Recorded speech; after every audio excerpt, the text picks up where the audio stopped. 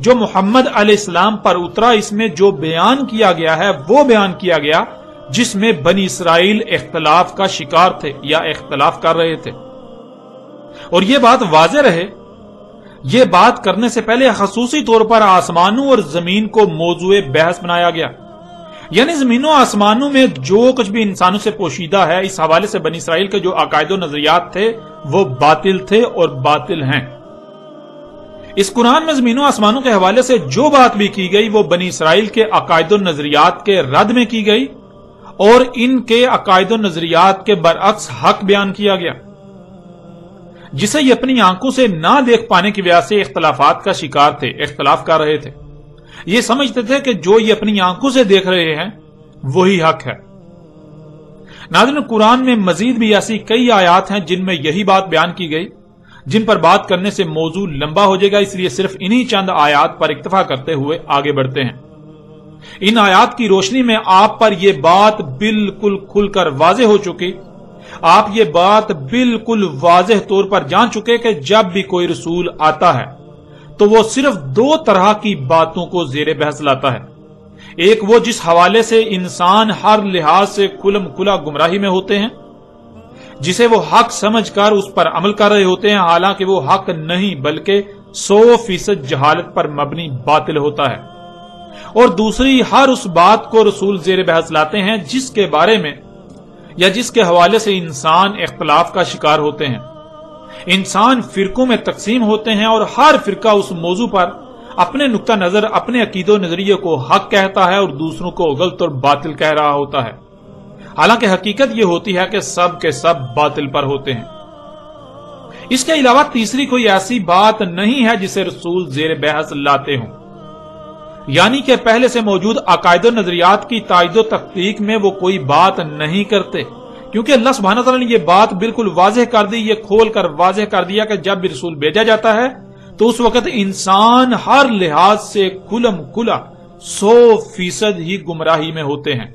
حق کا کسی کو علم ہی نہیں ہوتا. اس لیے اب اگر قرآن میں کسی بھی موضوع کو زیر بحث لایا گیا، کسی بھی موضوع پر بات کی گئی ہے، تو اس کی دو ہی صورتیں ہیں. پہلی صورت یہ کہ انسان اس حوالے سے ہر لحاظ سے، ہر پہلو سے کھلم کھلا گمراہی میں ہے، یوں قرآن ان پر حق واضح کر رہا ہے. اور دوسری صورت یہ ہے کہ انسان اس میں اختلاف کا شکار ہے، یوں قرآن ان پر حق واضح کر رہا ہے. اب ناظرین، یہ بات جان لیں کہ قرآن کے نزول سے قبل زمین و آسمانوں کے حوالے سے نہ صرف بنی اسرائیل یعنی یہود و نصارہ، بلکہ ملت ابراہیم کے دعوے دار، اسماعیل علیہ السلام کی امت ہونے کے دعوے دار مشرکین مکہ و عرب سب کا متفقہ طور پر یہ عقیدہ تھا کہ زمین روٹی کی طرح چپٹی اور ساکت ہے. اس کے وسط میں خشکی ہے جس پر انسان آباد ہیں، خشکی کے اطراف میں سمندر اور سمندر کے اطراف میں زمین کے کناروں پر پہاڑوں کی باڑ ہے جو کہ آسمانوں کے لیے ستون کا کام کرتی ہے. آسمان گنبد یعنی الٹے پیالے کی مانند پہاڑوں کے ان ستونوں پر ٹکا ہوا ہے، یعنی آسمان کے کنارے زمین کے کناروں پر پہاڑوں کے اوپر ٹکے ہوئے ہیں. سورج اور چاند سمیت تمام کے تمام ستارے اور سیارے زمین کے گرد گھوم رہے ہیں. عین سر پر آسمانوں میں اللہ کا عرش یعنی تخت ہے جس پر بیٹھا اللہ نظام چلا رہا ہے. سورج کا ایک مخصوص مقام طلوع ہے، جب طلوع ہوتا ہے تو ایک ہی وقت میں پوری دنیا کے انسانوں پر طلوع ہوتا ہے. پوری دنیا کے انسان اسے طلوع ہوتا دیکھ رہے ہوتے ہیں، اور اسی طرح ایک ہی مخصوص مقام غروب ہے. ایک ہی وقت میں پوری دنیا کے لوگوں پر غروب ہو جاتا ہے. رات بھر سورج چھپا رہتا ہے، وہ رات کو اللہ کے عرش کے عین نیچے جا کر سجدہ کرتا ہے، پھر صبح مشرق سے اسی طرح طلوع ہوتا ہے. سورج مشرق سے مغرب کی طرف سفر کرتا ہے. اس کے علاوہ ان کا یہ بھی عقیدہ تھا کہ چاند بھی سورج کی طرح روشن ہے، یعنی چاند سیارہ نہیں بلکہ ستارہ ہے، روشنی چاند کی اپنی ہے. ناظرین، یہ نظریہ، یہ عقیدہ اس وقت نہ صرف بنی اسرائیل جو کہ یہود و نصارہ تھے ان کا تھا، بلکہ مشرکین عرب کا بھی یہی عقیدہ تھا. سب کے سب میں یہ نظریہ مذہبی عقیدے کی حیثیت رکھتا تھا، اور اس عقیدے کے خلاف وہ ایک لفظ بھی سننے کو تیار نہ تھے. اس عقیدے کے خلاف ایک لفظ بھی وہ اپنے مذہب کے خلاف اعلان جنگ تصور کرتے، بالکل ایسے ہی جیسے آج اگر کوئی نئی بات سامنے آئے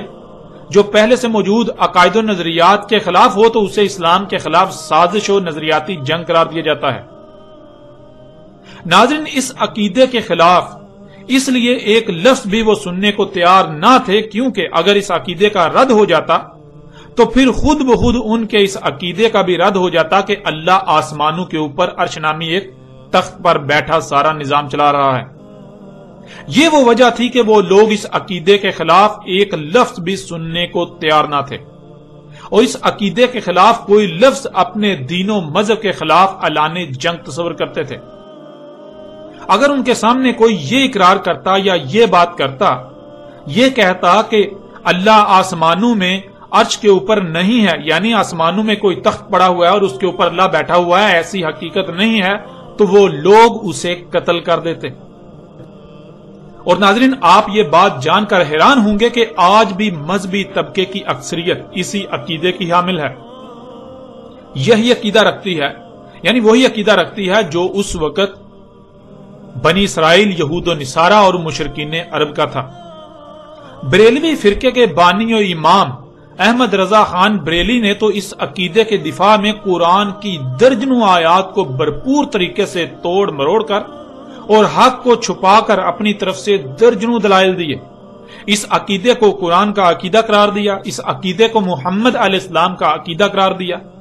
جو اس عقیدے کے برعکس نظریہ رکھیں، اس عقیدے کے برعکس کوئی نظریہ رکھیں، کچھ سوچیں بھی، تو احمد رضا خان بریلی کے نزدیک وہ مومن و مسلم نہیں بلکہ وہ مرتد، وہ کافر و مشرک ہیں۔ اس کے علاوہ بھی بریلوی ہوں، دیوبندی ہوں یا اہل حدیث ہوں، مالکی ہوں، حنفی ہوں، حنبلی ہوں، شافعی ہوں، یا ان میں مزید مسلک کے نام پر فرقہ در فرقہ جتنے بھی فرقے ہیں، تمام کے تمام فرقوں کے علماء نامی طبقے کا بھی یہی عقیدہ ہے، یعنی وہی عقیدہ جو قرآن کے نزول سے پہلے مشرکین عرب کا تھا، جو قرآن کے نزول سے پہلے بنی اسرائیل، یہود و نصارہ کا تھا۔ اور ناظرین، عوام کی اکثریت جو اسکولوں، کالجوں اور یونیورسٹیوں وغیرہ سے تعلیم یافتہ ہے، اس عقیدے کے برعکس زمین کو گول تسلیم کرتی ہے، سورج کے زمین کے گرد گھومنے کی بجائے زمین کے گھومنے سے دن اور رات کے آنے جانے کو تسلیم کرتی ہے۔ لیکن عوام کی اکثریت کو اس کا علم ہی نہیں کہ ان کے علماء نامی طبقے کا ان کے برعکس یہود و نصارہ اور مشرکین عرب والا ہی عقیدہ ہے، اور جو اس عقیدے کے خلاف بات کرے اسے ماننا تو دور کی بات، وہ ان کی نظر میں مرتد، کافر و مشرک ہے، یہاں تک کہ وہ واجب القتل ہے۔ اور ناظرین، آپ یہ بات جان کر حیران ہوں گے کہ اہل حدیث و سلفی مکتبہ فکر کی اہم اور بڑی قدور شخصیت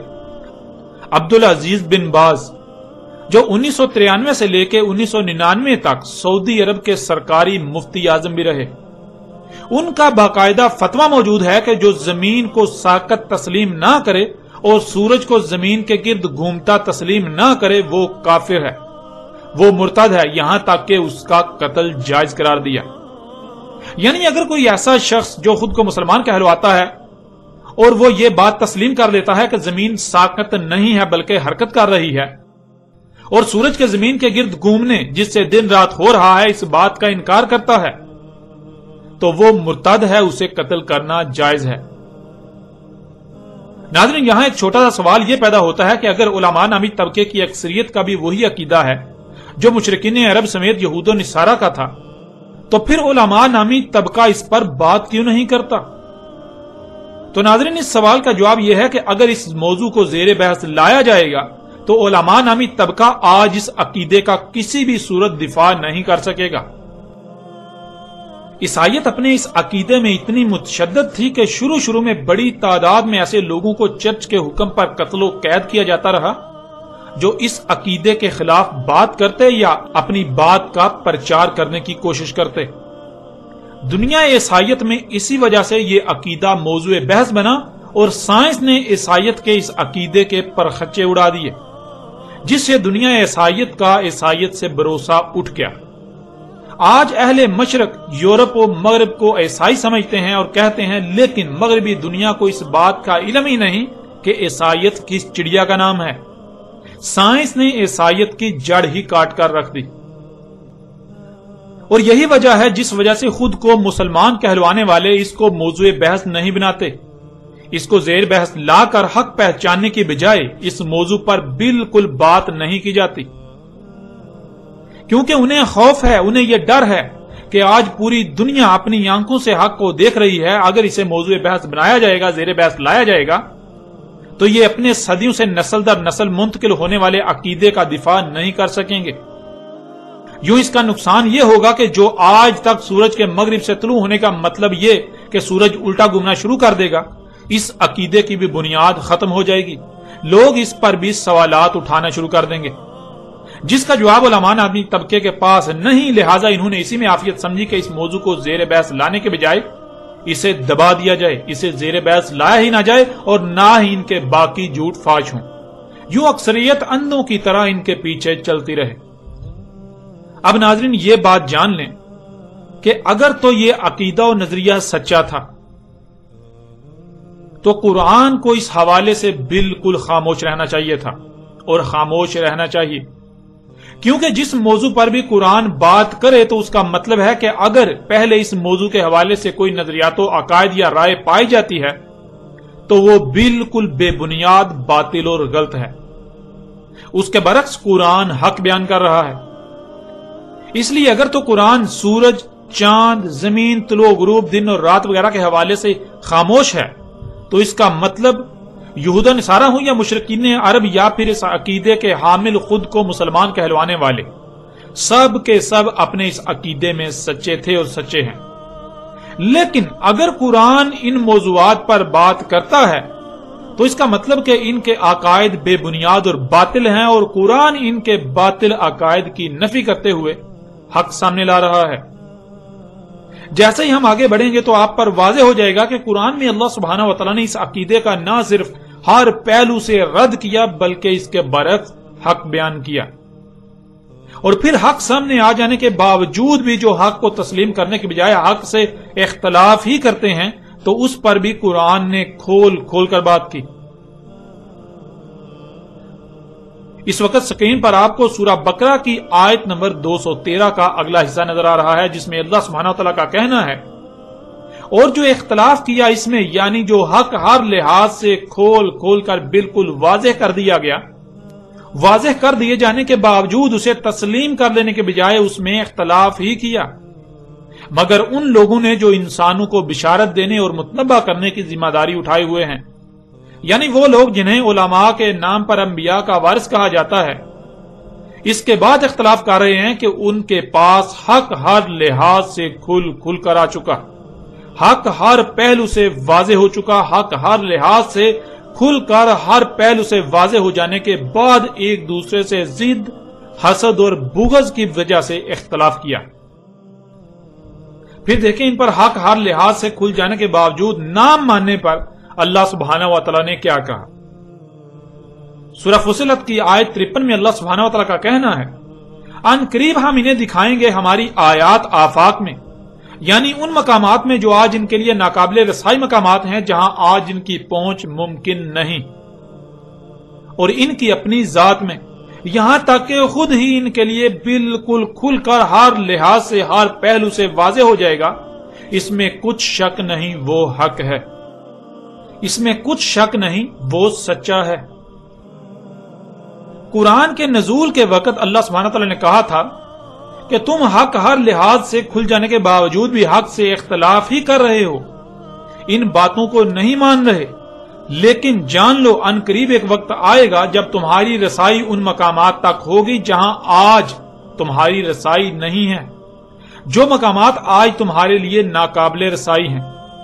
جب وہ وقت آئے گا تو تمہیں ان موجودہ ناقابل رسائی مقامات میں اور خود تمہاری اپنی ہی ذات میں آیات دکھائی جائیں گی، تب تم مانو گے، تب تم خود ہی کہو گے کہ وہ حق ہے، وہ سچا ہے۔ یعنی آج جو تم نہیں مان رہے، لیکن جب تم یہ سب اپنی آنکھوں سے دیکھ لو گے تب تم خود اسی کو حق کہو گے جو آج ہم کہہ رہے ہیں۔ جو زمینوں آسمانوں اور جو کچھ بھی ان میں ہے، ان کے حوالے سے قرآن میں بیان کر دیا گیا۔ ناظرین، کیا وہ وقت آ چکا یا نہیں جب اللہ نے آفاق میں اپنی آیات دکھانی تھی، اور خود ان کی اپنی ذات میں، تو اس پر بھی آگے چل کر بات ہوگی۔ ناظرین، آگے بڑھنے سے پہلے یہ بات بھی یاد رکھیں کہ اس عقیدے کے حامل لوگ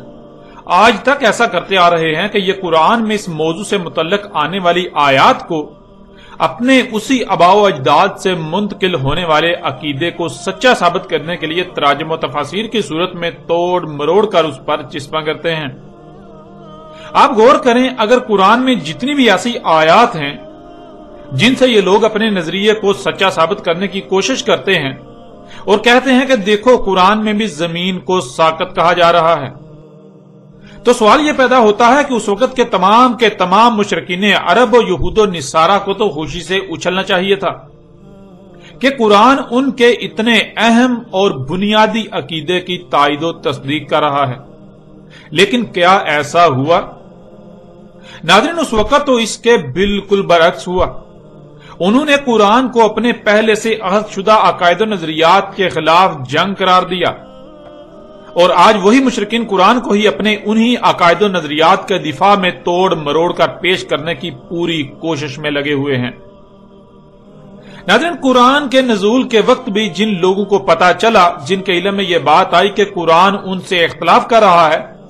تو انہوں نے اپنی طرف سے قرآن کے خلاف اور اپنے اس عقیدے کے حق میں، اپنے ان نظریات کے حق میں طرح طرح کے دلائل دینے کی بھرپور کوشش کی، لیکن نتیجے میں انہیں ذلت و رسوائی کا سامنا کرنا پڑا۔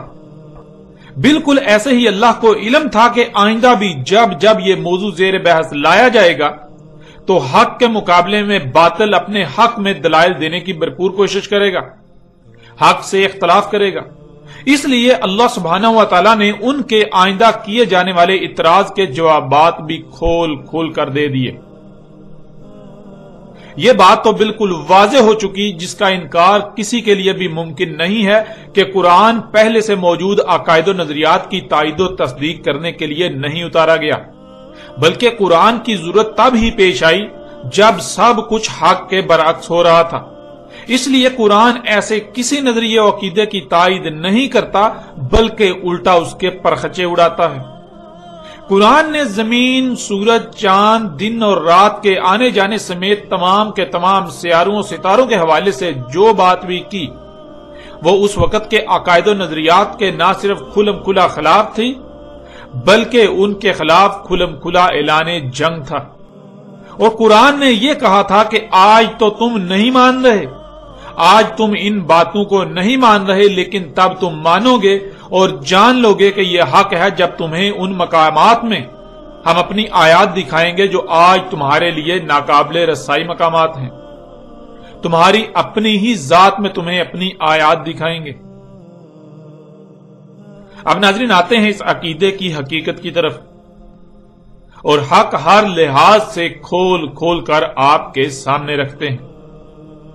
ایک طرف مشرکین عرب و یہود و نصارہ سمیت خود کو مسلمان کہلوانے والے اس بارے میں کیا کہتے ہیں، ان کا کیا عقیدہ ہے،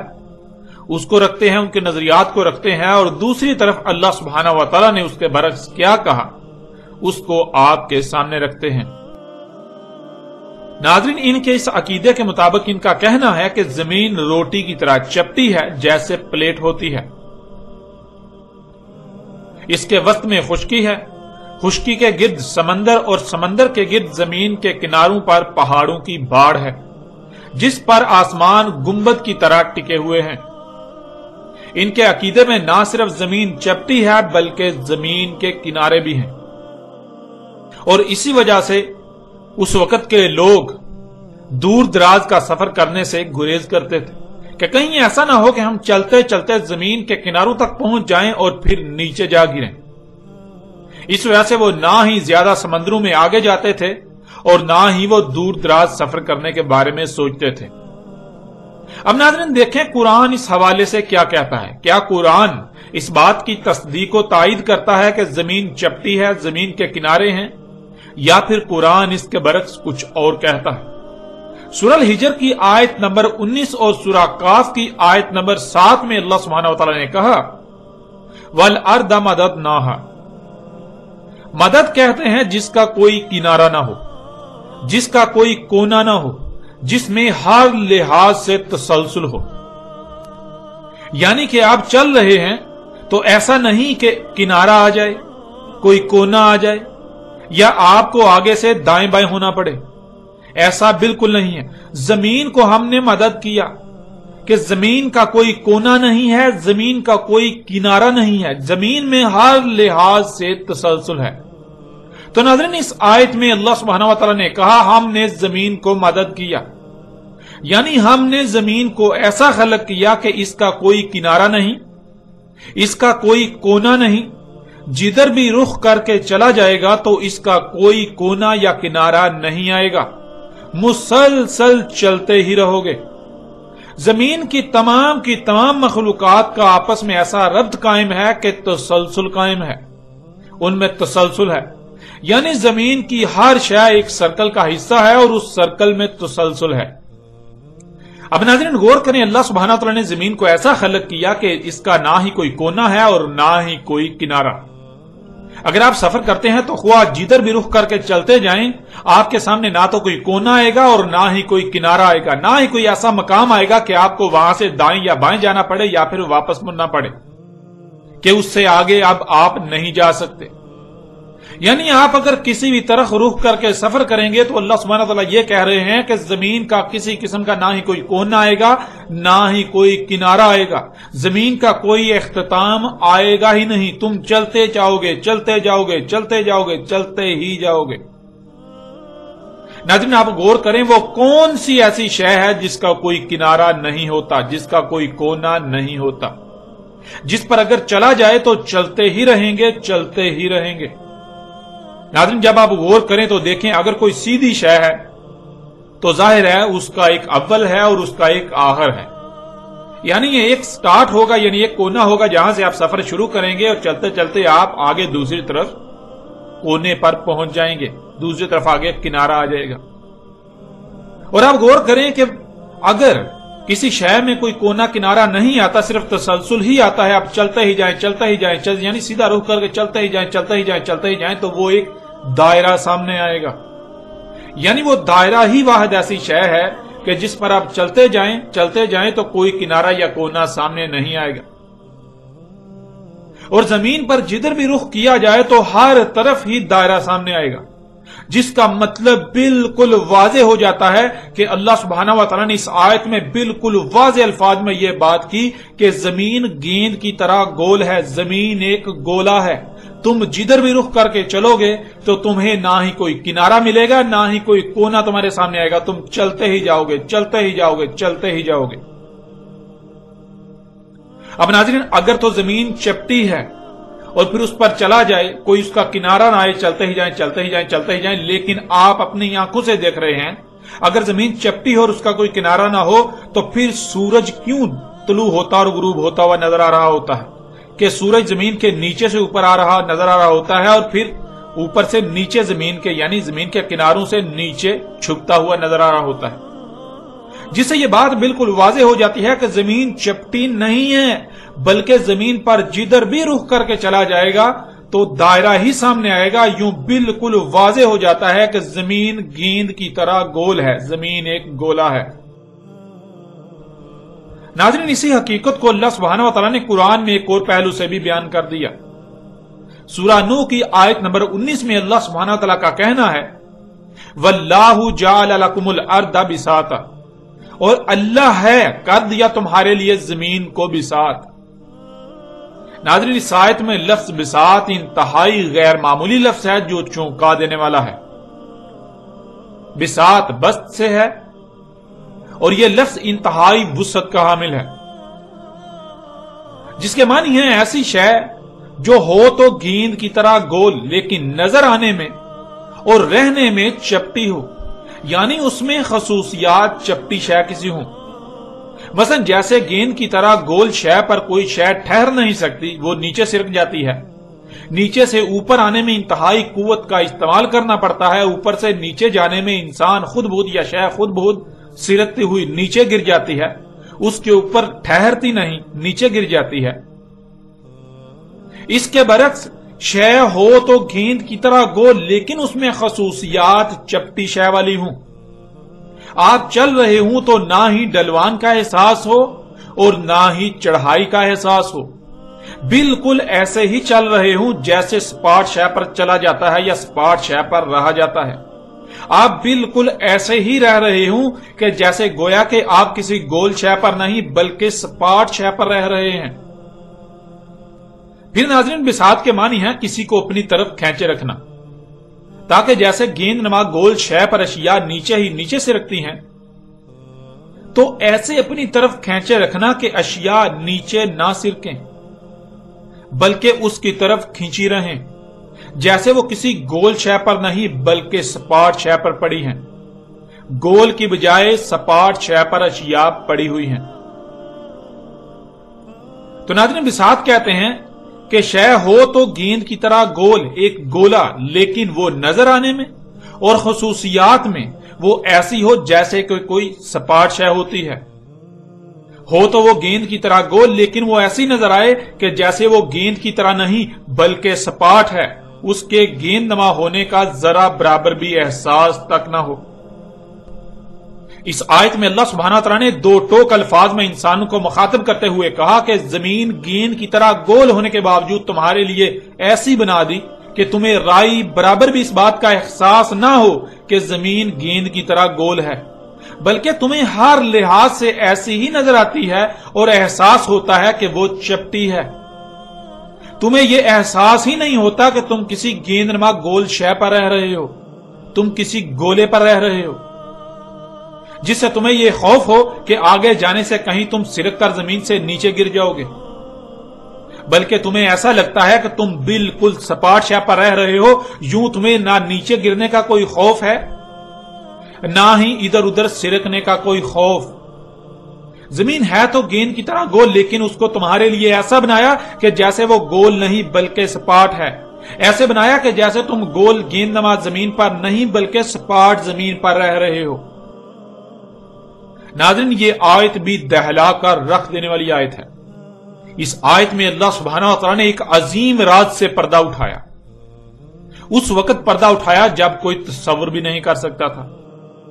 یوں ناظرین، اللہ سبحانہ تعالیٰ نے قرآن میں نہ صرف ان کی اس بات کا رد کیا کہ زمین چپٹی ہے، ان کے اس عقیدے کا رد کیا کہ زمین چپٹی ہے، بلکہ اس بات کا بھی رد کر دیا کہ زمین کے کنارے ہیں، زمین کے کوئی کونے ہیں، اور بالکل دو ٹوک الفاظ میں بیان کرتے ہوئے ان رازوں سے پردہ اٹھا دیا۔ اور آپ یہ حقیقت آج اپنی آنکھوں سے دیکھ سکتے ہیں، لیکن آپ اس بات پر غور کریں کہ آج تک مذہبی طبقے نے قرآن کی ان آیات کو چھپائے رکھا۔ کیا یہ سوال پیدا نہیں ہوتا کہ انہوں نے حق کو چھپا کر اپنے باطل نظریات کو قرآن پر ترجیح کیوں دی؟ اور پھر آج تک یہی کرتے چلے آ رہے ہیں، آج بھی یہی کر رہے ہیں۔ ناظرین، یہ غیر معمولی حقائق جو پوری دنیا کے انسانوں کو چونکا دینے والے ہیں کہ 14 صدیاں قبل عرب کے صحرا میں نمودار ہونے والا قرآن، اس قرآن میں اس وقت یہ غیر معمولی اور دہلا دینے والے حقائق کون بیان کر سکتا ہے؟ اس وقت نہ تو سائنسی ترقی کا کوئی نام و نشان تھا اور نہ ہی عرب طبقہ علم رکھتا تھا، بلکہ دنیا میں جہالت میں سب سے بڑھ کر عرب قوم تھی۔ پوری دنیا میں ایک عقیدہ بہت سختی سے عام تھا، اس کے خلاف سوچنا ہی بہت بڑا چیلنج تھا۔ تو ایسا کیسے ہو گیا؟ یہ دہلا کر رکھ دینے والے حقائق اس وقت اس قرآن میں کہاں سے آ گئے؟ آخر کس نے بیان کیے؟ جو بیان کرنے والا ہے وہ کون ہو سکتا ہے؟ اس وقت قرآن میں یہ غیر معمولی حقائق کہاں سے آ سکتے ہیں؟ ناظرین، بجائے یہ کہ قرآن کے ان حقائق کو سامنے لا کر دنیا میں قرآن کی غیر معمولی اہمیت و حیثیت کو منوایا جاتا اور پوری دنیا کے انسان دنیا و آخرت میں فلاح کا سودا کرتے، فرقہ در فرقہ تقسیم ہونے سے بچ جاتے، ایک دوسرے کی گردنیں کاٹنے سے بچ جاتے، بلکہ الٹا ان ملاؤں نے، اس مذہبی طبقے نے نہ صرف ان غیر معمولی حقائق کو چھپا کر اللہ کے ساتھ دشمنی کی، انسانیت کو گمراہ کیا، بلکہ قرآن کو باقی مذاہب کی طرح مذہب کے نام پر ایک مخصوص طبقے کی کتاب بنا کر رکھ دیا۔ وہ قرآن جو پوری انسانیت کی رہنمائی کے لیے اتارا گیا، اسے یرغمال بنا لیا گیا، اور پوری دنیا کے انسان یہی سمجھتے ہیں کہ یہ قرآن تو مسلمان نامی دائرے میں بند لوگوں کی مذہبی کتاب ہے،